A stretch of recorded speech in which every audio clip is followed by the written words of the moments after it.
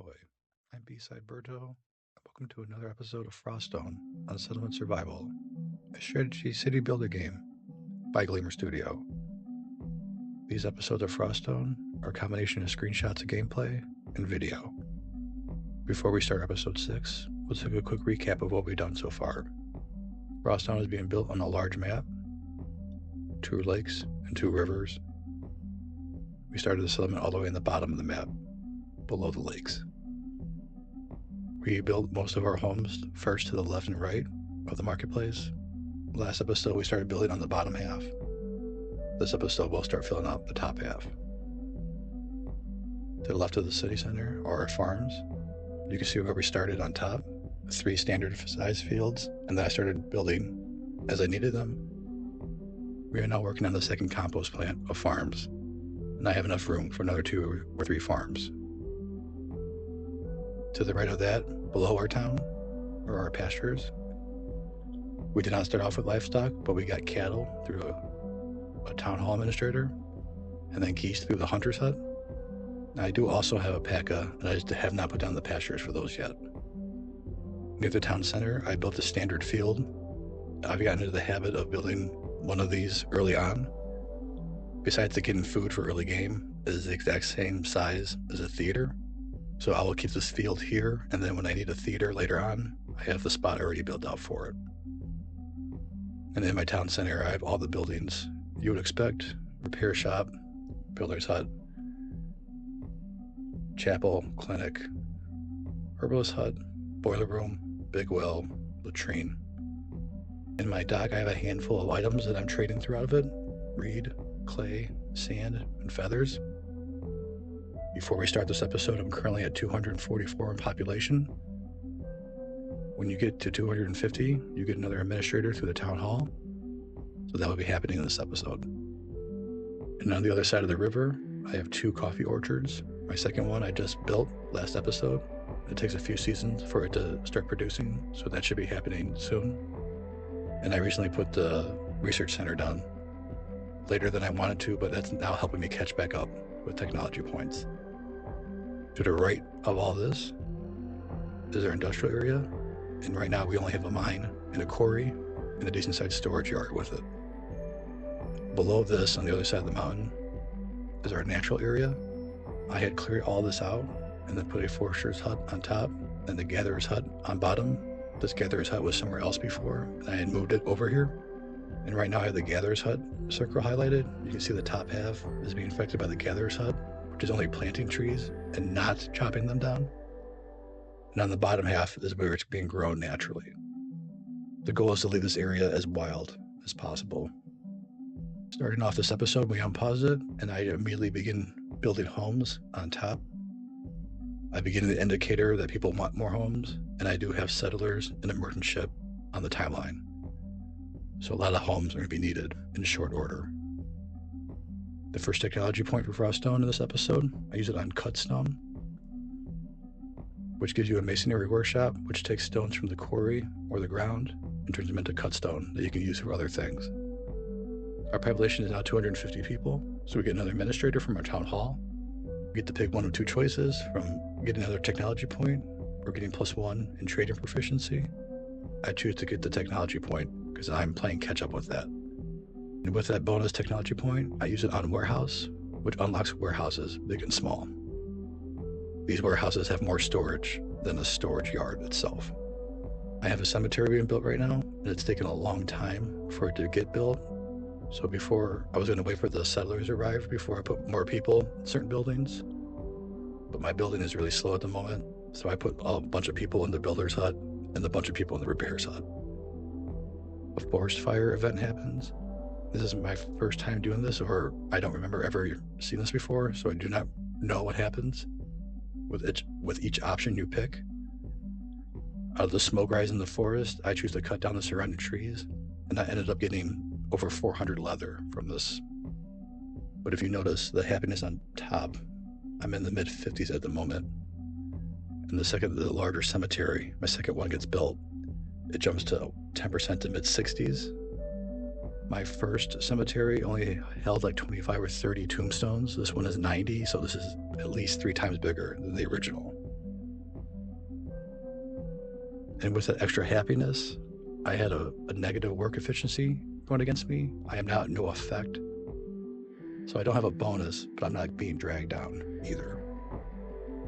I send another trade caravan. I am continuing to trade with Carlos to get cactus, which is his first tier when you unlock it. My maximum is 1,000 weight, so I have 1,000 coffee beans. I'm getting 25 gear, 50 fodder, and 26 cookies. There's a bunch of buildings that can use gear. I put it in the water buildings first. I need half of that fodder for a bonus for the fishing dock, and I just needed to round out the caravan, so I just got some cookies. The way I trade, I already got the insurance through the technology point system. I always want to make money on these, but early game, I'm trying to get as much stuff as I can. So I may only make $5, $6, but as time goes on, this becomes a money maker for me. I put down a water sawmill. I already had unlocked this building with sawmill from the first episode. I had built a sawmill on the land, making domestic fuel. I need to get to the point where I'm making planks, so I put this additional sawmill down. Right now, I have it set to make domestic fuel throughout the winter, and then next year, when it's nice outside, one of these sawmills will get switched to make planks instead. The settlers arrive. There's 16 in total, and we accept them. And just right of my new sawmill on the water, my masonry workshop is done being built. I choose cut stone because I need it immediately. Souvenirs or something you can make, and that's for tourism, and that's nothing I'm looking forward to in the near future. This is me just noticing the new cemetery's got its first tombstone. The merchant ship arrives from the dock, and I put most of everything I had in inventory into cash, which is a little over 1,000 coins. And I'm getting another 25 gear, a cheap book, which is Warm Fire, and the rest I just used on butter. I don't need it at this moment, so I'm probably just going to either keep it in the dock or use it for trade. My next technology point I use on lighting, which gives you a lighting factory, which takes fat beeswax or blubber and turns it into a lamp oil. This building also makes lanterns from using that lamp oil in glass bottles. Now that we have more people, I put down another farm. I do set it to flax first to get another season or two of just having more flax. I will switch it to food eventually. I have a mill by my pastures because it gives a bonus to the pastures, and it's producing flour and malt. I don't have anything that's using flour or malt just yet, so I just have this sitting there in the storage yard. And when I hit the maximum, I just keep increasing it. So I was at 200, then I went to 400, and now I'm at 500 or 600. I like having stuff in inventory just to have it, but I need to get to the point where I'm getting technology points in buildings to use the flour and malt, or use it to trade and put in the dock. I take my land sawmill and switch it to making planks, so my water sawmill is still continuing making domestic fuel. I put 2 lighting factories down at the bottom of the map by my new cemetery. I only need 1 right now, so I turned the left one off. And this first one should be built soon. It only needs sandstone and wood. Storage yard by my mill and pastures is pretty much filled up. And the storage yard has 1 bonus spot called expansion. You can take 30 cut stone and increase the capacity for the storage yards. Now that my masonry is up, I'm making that. So I start going around to a handful of these and giving them their bonus. This is the first one I took a photo of. I don't take photos for each one, but I am going around increasing my storage. We got 50 gear from trade in the dock, so 25 gear. I put it in my second reservoir. My big well and my first reservoir also have gears in them, so all my water buildings at this point have the gear bonus, which has a work efficiency increased by 10%.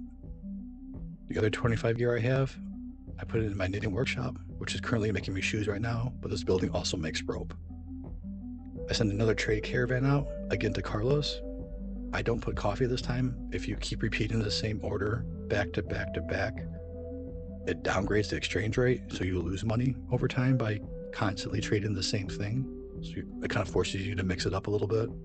So this time I'm trading feathers, the butter I just got from the merchant ship, and a handful of food for traps and bedding sets. Traps will be a bonus for the hunter's hut, And the bedding sets can be used for many things, but I'm going to use it as a bonus for the house to decrease the fuel. Traveling merchant rolls through, and between the two options, I can do both. I usually would go with more money, but I want to keep as much water as I can, so I just get rid of the flax. I have plenty of it, and I'll take money every day of the week. My lighting factory is finished being built, and I selected the lamp oil. And this does remind me that I can use beeswax, and I only have one apiary at the moment making honey, so I do put an apiary down in this general area in the near future. Now that we have planks, I can start building some certain buildings, which includes an upgrade to the tailor. In the next technology point, I get on salt making, which gives you salt works, which is a building that goes on the coast for the water and picks up salt. But you also need planks for this building, so I was waiting for this one until I had some planks. And I immediately put it down on the other side of the river by my orchards and my first warehouse. And as we're wrapping up this episode, I did forget to put the bonus in the fishing dock. I got all that fodder from trade, so I used half of it with the rope I already had made to go in the fishing dock.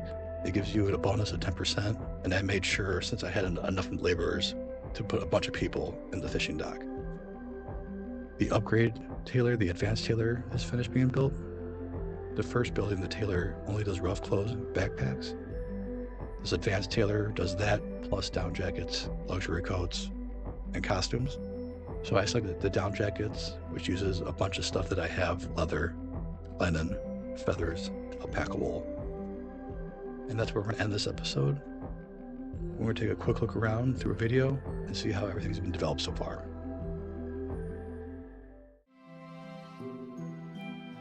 In this episode, we built a bunch of homes on the top half of the marketplace area, and we had built up to the edge, so I actually had offset some of these homes in the center.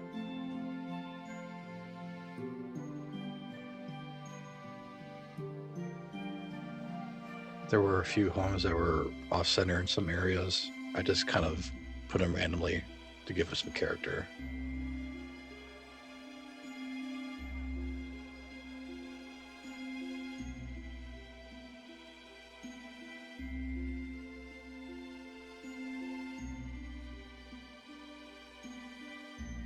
We added another farm.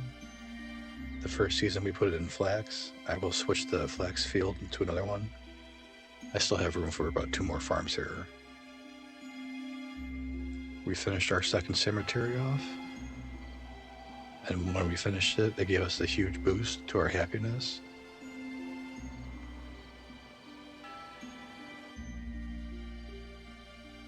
We finished a lighting factory, which is now currently making lamp oil. We added another apiary making beeswax. And I put 2 small warehouses down, one for malt and one for flour, because my mill over here is starting to max out on this stuff.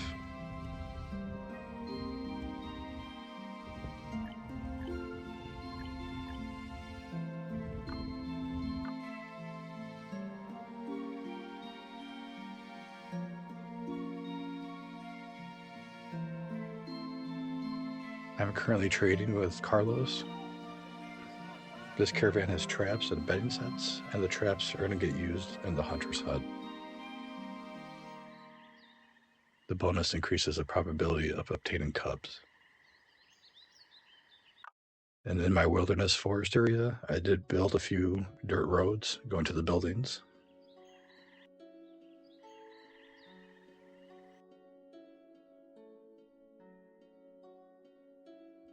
In my industrial zone, I put a masonry workshop making cut stone.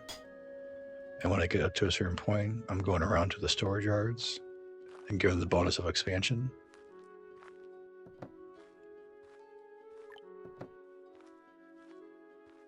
We also added a water sawmill. This one's making domestic fuel. My other sawmill is now currently making planks. We upgraded the advanced tailor to down jackets. We still have over 200 rough clothes.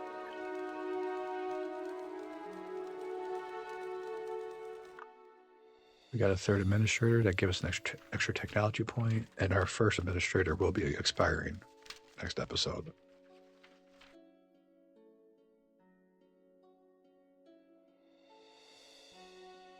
We put our first warehouse down. Our second orchard is now producing. We have over 1,000 coffee at the moment, and we had just put down saltworks, which is being finished out with some extra planks. I added the bait bonus to the fishing dock and fully stocked with workers.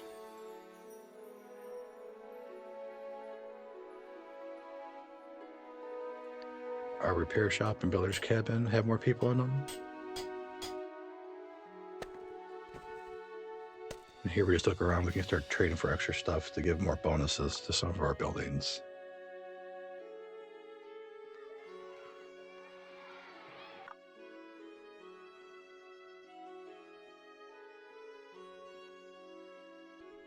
And I did set up a marketplace above the orchards. And probably in the next episode or two, I will turn it on and build another area of homes.